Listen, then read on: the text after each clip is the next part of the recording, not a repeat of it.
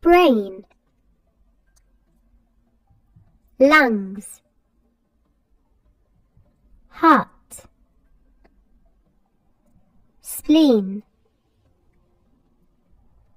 stomach, pancreas, liver, gallbladder, kidneys, small intestine,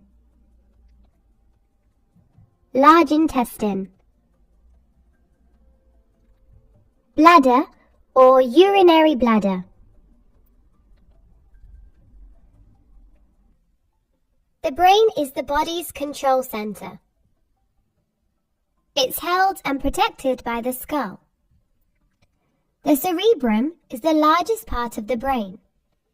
It's divided into two halves called hemispheres. The corpus callosum connects the two hemispheres. Each hemisphere is then divided into regions called lobes. Each lobe has a different function.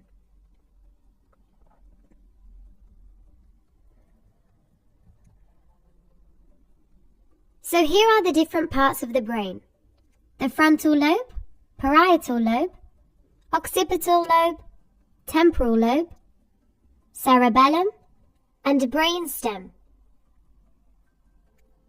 The brain is responsible for many different things, including thinking, decision-making, emotion, memory, speech production, as well as muscle control, coordination, balance, and sensory reception. The frontal lobes are the largest lobes. They're located at the front of the brain. They're responsible for a few things. This includes thinking, self-control, making decisions, attention, judgment, problem-solving, planning, and emotions. The frontal lobe is also responsible for motor skills and speech production. The parietal lobes are just behind the frontal lobe. They're responsible for organizing and interpreting sensory information to other parts of the brain. The occipital lobes are at the back of the brain. They're mainly involved in visual processing, including recognition of shapes, colors, patterns, motion, etc. The occipital lobe is also involved in reading. The temporal lobes are at the level of the ears. They're responsible for processing auditory information, visual memory, verbal memory, and language comprehension. They're also involved in recognizing and understanding reactions and emotions of others.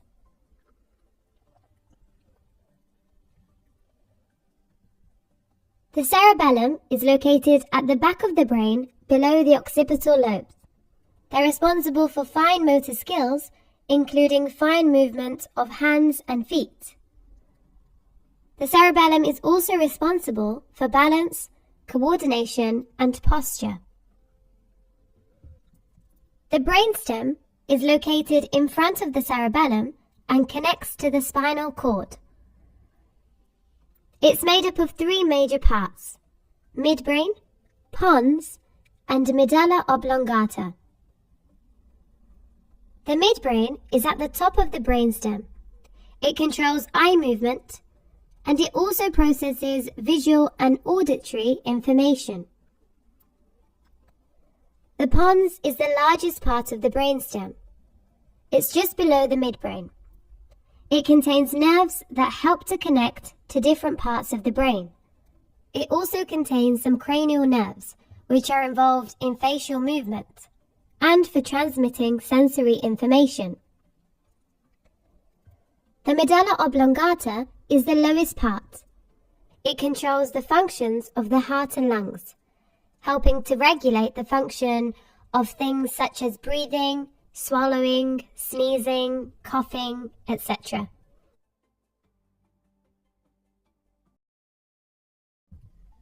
Lungs. Lungs are part of the respiratory system. The respiratory system works to provide oxygen into the bloodstream from the air which we inhale and releases carbon dioxide when we exhale. This occurs automatically without you even having to think about it. It's part of the autonomic nervous system. The lungs have different parts to help take in air, filter it, and then oxygenate the blood. The lungs fill the chest cavity. They are held and protected by the rib cage. The trachea splits into tubes and extend into each lung. These are two bronchi, the right and left bronchi. Each bronchi enters each lung. The smaller bronchi then split into even smaller tubes called bronchioles.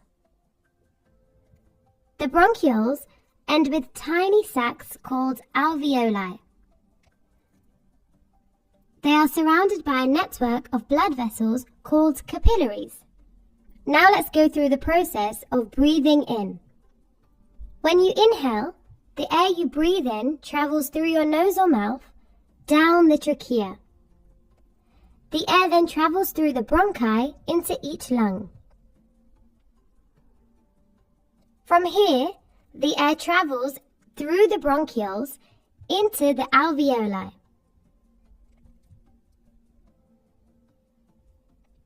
Alveoli expand when a person inhales and contracts when a person exhales. Alveoli are surrounded by a network of blood capillaries. This is where the exchange of oxygen and carbon dioxide takes place. The alveoli have a large surface area, thin walls and a good blood supply, which allows the diffusion of these gases. Oxygen diffuses out of the alveoli and into the blood. This blood is then carried throughout the body via the blood vessels. Carbon dioxide diffuses out of the blood and into the alveoli. The carbon dioxide received into the lungs is then exhaled.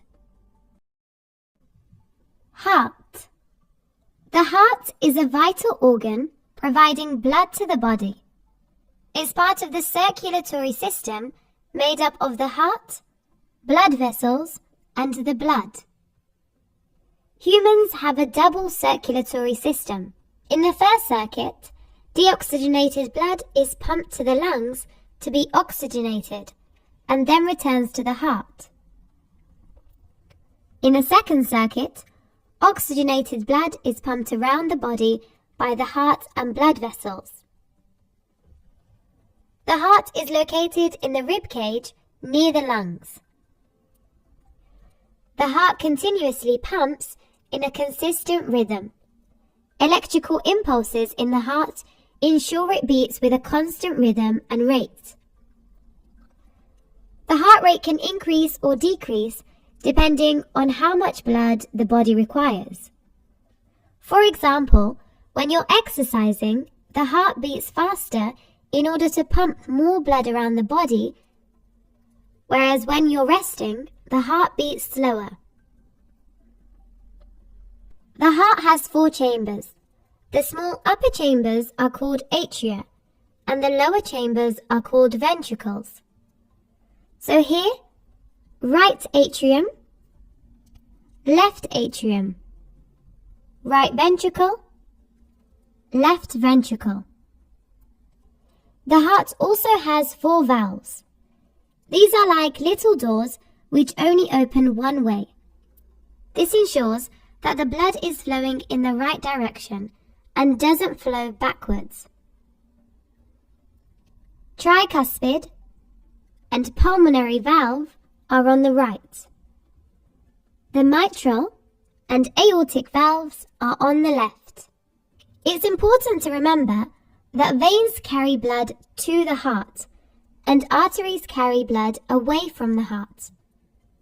The superior and inferior vena cava are large veins that deliver deoxygenated blood into the heart. The superior vena cava delivers blood into the heart from the superior part of the body. This includes the head, neck, arms, and chest. The inferior vena cava delivers blood into the heart from inferior parts of the body. This includes organs in the abdomen, legs, feet, etc. The pulmonary vein carries oxygenated blood from the lungs to the heart. The aorta is the main artery that carries oxygenated blood away from the heart to the rest of the body. The pulmonary artery carries deoxygenated blood from the heart to the lungs. Now let's go through the full process. Deoxygenated blood from the body flows into the right atrium via the superior and inferior vena cava. The right atrium contracts and the blood flows through the tricuspid valve into the right ventricle.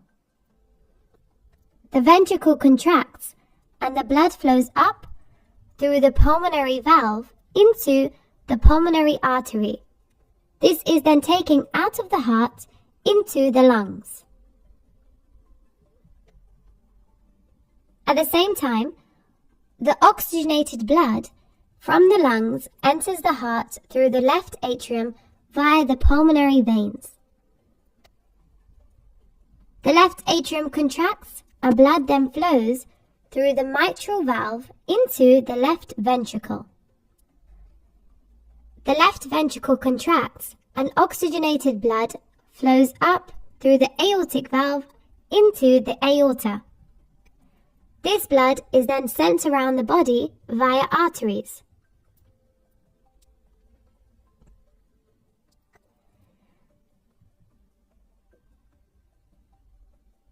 Remember, in one heartbeat, blood enters and exits the heart from both sides. Diastole is when the heart relaxes and fills with blood. Both the right and left atrium fill with blood.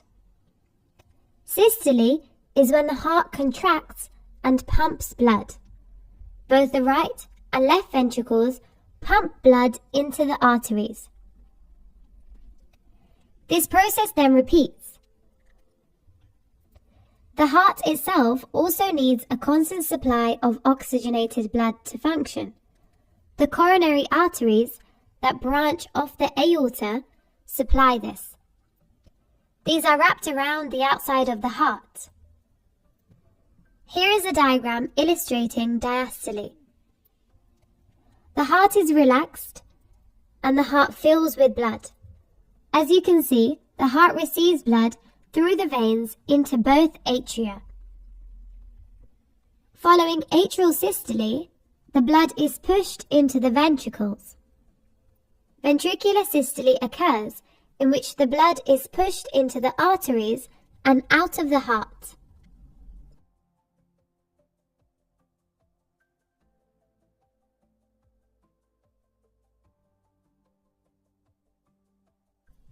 Spleen. The spleen is a small organ behind the stomach under the lungs. The spleen stores blood and filters it.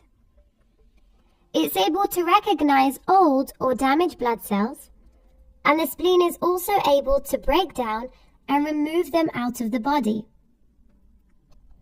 This means that clean and well-functioning blood is able to circulate around the body.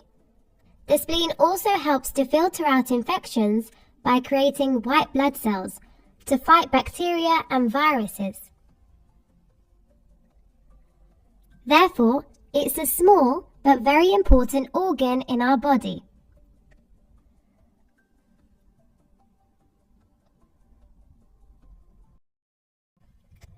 Stomach.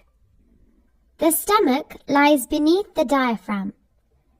It's a J-shaped organ. It plays a role in digesting food. The stomach is divided into 5 parts.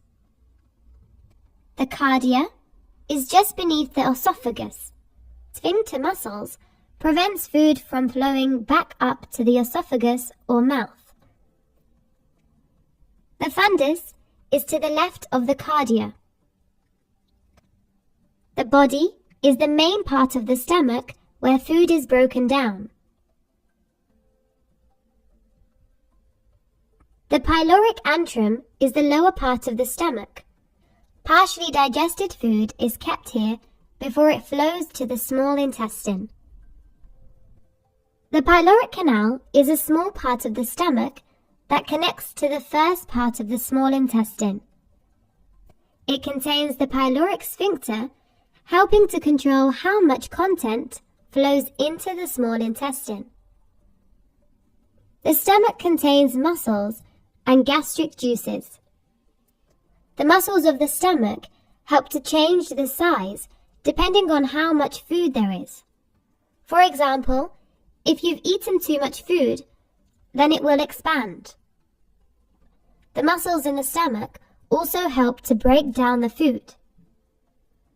Gastric juices in the stomach help to kill bacteria and contains enzymes. Together, the muscles and gastric juices help to break down food thoroughly. When you swallow food, it enters the cardia of the stomach. The fundus adapts to how much food is entering the stomach. It expands as the amount of food increases. The body of the stomach produces gastric juices which mixes with the food. The stomach's muscles contract to help mix and break down the food. The food then exits the stomach via the pylorus into the first part of the small intestine.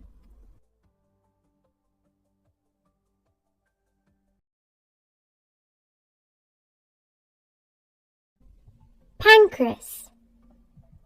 The pancreas sits behind the stomach and it has two functions: exocrine function and an endocrine function. The exocrine function is to help with digestion. The endocrine function is to regulate blood sugar. The pancreas's exocrine glands produce enzymes which help with digestion. The enzyme amylase breaks down carbohydrates. The enzyme lipase breaks down fats. The enzyme protease helps to digest proteins. The pancreas also produces pancreatic juice. This further helps with digestion. The food is digested and converted into energy. This energy is then released into the bloodstream for the body to use. The endocrine function is to regulate blood sugar. The pancreas produces and releases insulin and glucagon. When there's too much sugar in the blood, the pancreas produces and releases insulin into the blood. This helps to remove glucose by converting it into energy and releasing it into the blood. This energy can also be stored for later use. When blood sugar is low, the pancreas produces and releases a hormone called glucagon. This tells the cells and liver to release the stored sugar back into the blood. Liver. The liver plays a vital role in the body's metabolic system. The liver processes contents of the blood to ensure the composition stays the same. The liver does this in many different ways. The organ is located just under the rib cage on the right upper side of the abdomen near the gallbladder. The liver is supplied with oxygenated blood via an artery. The liver has many functions. The first is to purify blood it receives from around the body. The nutrients received in the blood from around the body is processed by the liver and broken down. These include fats, carbohydrates, vitamins, minerals, etc. The liver ensures a good and constant level of nutrients are in the body. For example, the liver breaks down carbohydrates into sugar. Depending on the body's needs, the liver will send this sugar back to the body to be used as energy, or it stores some nutrients that are left over if the body doesn't need them straight away. The stored nutrients can then be used later on when the body needs it. The blood going into the liver sometimes contains toxic substances or substances that are useless to the body. So the liver detoxifies toxic substances so it doesn't cause harm to the body. It also metabolizes drugs. For anything else that's useless to the body, the liver removes it via excretion. The liver produces plasma proteins and blood clotting factors. These clotting factors prevent the body from losing too much blood. The liver also produces cholesterol. Cholesterol is important for cell structure. It also produces hormones, vitamin D, and other substances. Another role of the liver is that it produces bile. This is a fluid released by the liver and stored in the gallbladder. The gallbladder is a small green pouch found just under the liver. The production of bile helps with digestion and breaks down fats into fatty acids. This allows it to be taken into the small intestine for digestion. Bile also helps to destroy bacteria, helping to fight infections.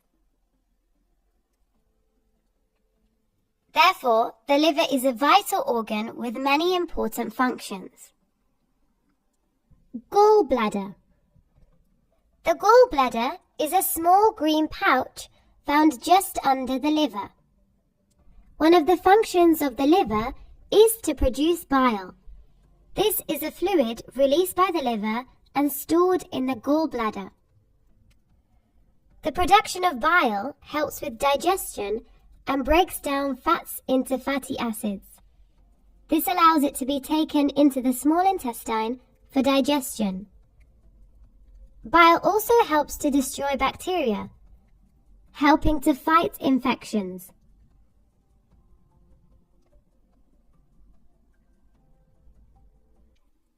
Kidneys.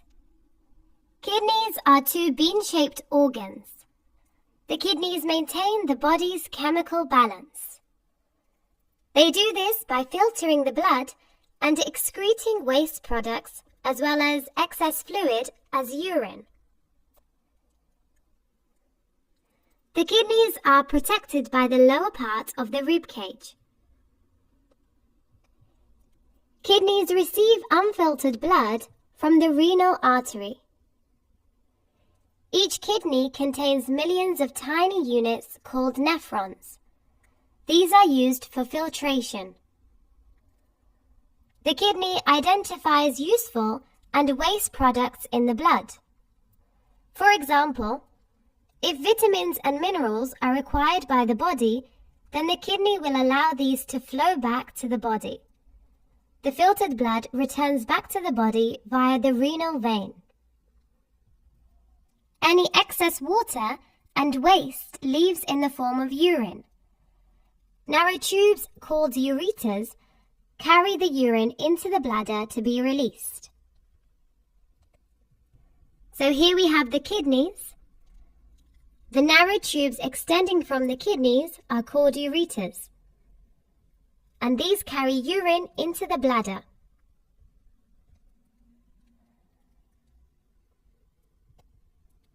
Alongside filtering blood and producing urine, the kidneys also detect body's water level. So if you drink too much water, then the kidneys detect this and will release it through the bladder as urine. This is why, when you're well hydrated, your urine color is lighter. If you don't drink enough water, the kidneys will also detect this and will release some water back into the bloodstream. This is why, when you're dehydrated, your urine color is yellow. The kidneys also secrete hormones. For example, a hormone to increase red blood cell production or a hormone to increase blood pressure. Lastly, the kidneys activate vitamin D. Remember, we have 2 kidneys. However, a person can live fine with just 1 kidney. Small and large intestines. Intestines are groups of tubes that digest food, filter out the body's waste, and absorb water. Food that's broken down from the stomach travels to the small intestine. This is where most of digestion and absorption of nutrients takes place. This food then passes through the large intestine. Water and salt is absorbed here. This causes the waste products to turn into a solid waste material, which can then be excreted.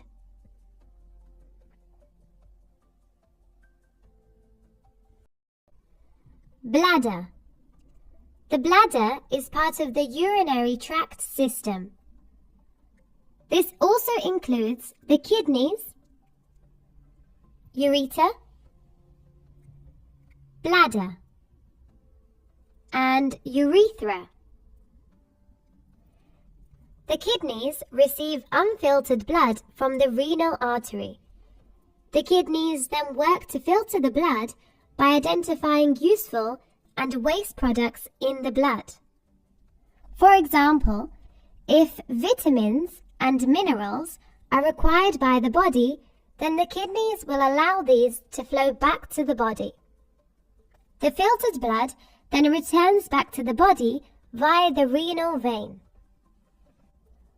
The waste products and excess fluid in the blood is removed and released as urine. The urine produced travels down the ureters of each kidney into the bladder. The bladder is made up of muscle, and its primary role is to store urine. It can stretch and contract. The bladder also contains valves to prevent the urine from flowing back up to the ureters. It stretches to store the urine and then contracts when releasing urine via the urethra.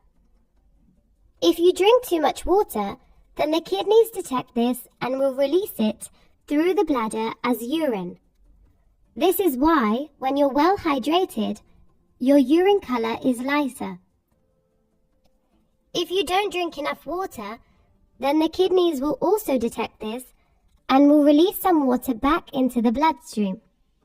This is why, when you're dehydrated, your urine color is yellow.